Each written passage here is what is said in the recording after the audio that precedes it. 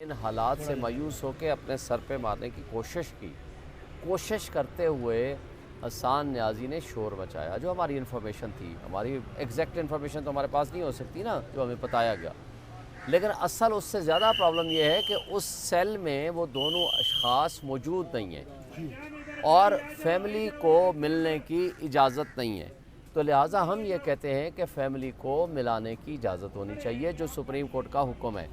Supreme court کے حکم کی روشنی میں فیملی سے ملاقات کرائیں، ان کی خیریت معلوم کریں اور لوگوں کو اس کی خیریت بتائیں. ہم یہ کہنا چاہتے ہیں. یہ مطلب تھوڑا ہے کہ آپ ان کو اٹھا کر غائب کرتے ہیں اور ان کے بارے میں بتائیں کچھ نہیں.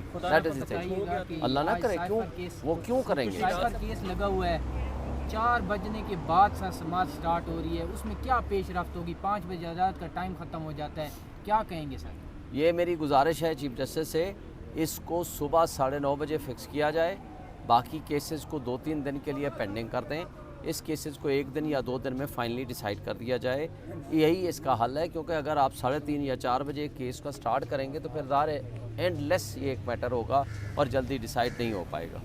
سر کیا آج کہیں گے سائفر کیس کے اوپر جو دیکھیں ابھی آرگومنٹ سٹارٹ ہوئے ہیں، ان کے پاس کوئی ریزننگ نہیں ہے، ان کے پاس کوئی وجہ نہیں ہے کہ آپ اس سائفر کیس کی بنیاد ہی غلط ہے. یہ کیس بنانا ہی غلامی کی بدترین مثال قائم کرنا ہے. عمران خان جس نے اس ملک کی سلامتی اور خود مختاری کا دفاع کیا، اس کو آپ نے مجرم بنا دیا.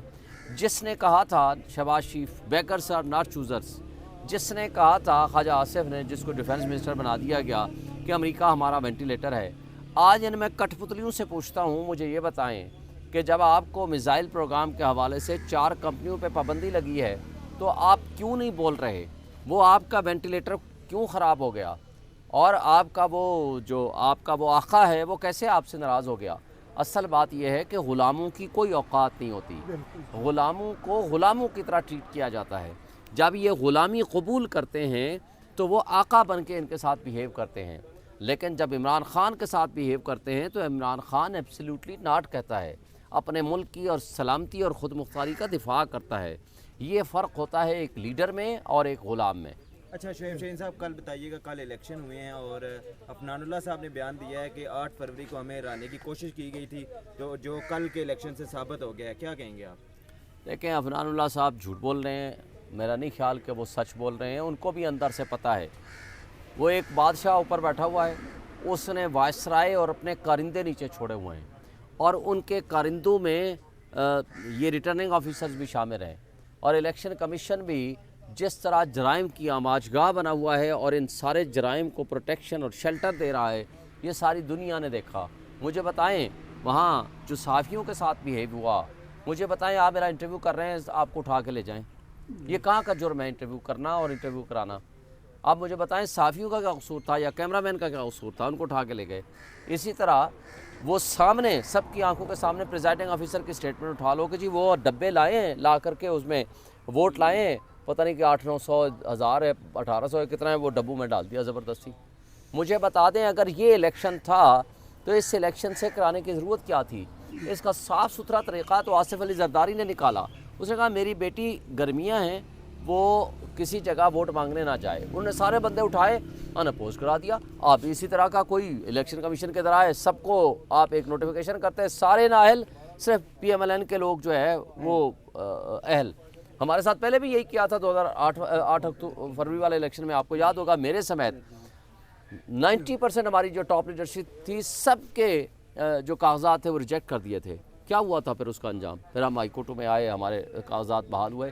لیکن ان کٹ پتلیوں کے پاس نہ کوئی پلان ہے، نہ کوئی پروگرام ہے، نہ ہی یہ اس ملک کو بہتری کی طرف لے جانا چاہتے ہیں.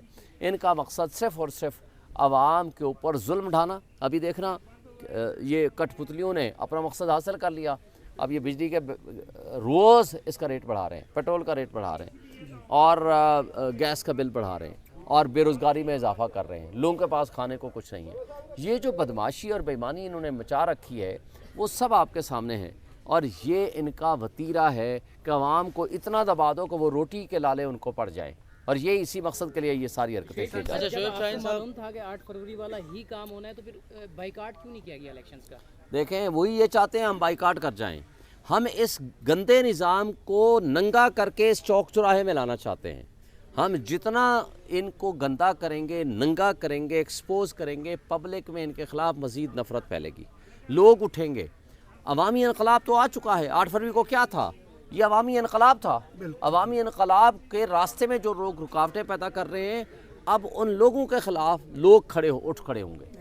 فائز عیسیٰ صاحب کو جو لیٹر لکھا گیا خان صاحب کی طرف سے, اس میں ایک مین پوائنٹ تھا ایکسٹینشن والا. فائز عیسیٰ کی 3 سال کی جو ایکسٹینشن ہو رہی ہے وہ پوائنٹ بالکل ہی ڈیٹیکٹ کر دیا کہ خان صاحب کی طرف سے ہدایتیں تھی, وہ کس نے ڈیٹیکٹ کیا, کٹ کیا پورا پوائنٹ؟